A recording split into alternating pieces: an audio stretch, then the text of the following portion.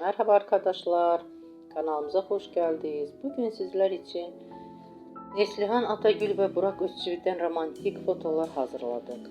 Burak Özçivit Kara Sevda Kurumuş Osman ve Çalı Kuşu dizisinde rol almış. Herkes tarafından beğenilmiştir.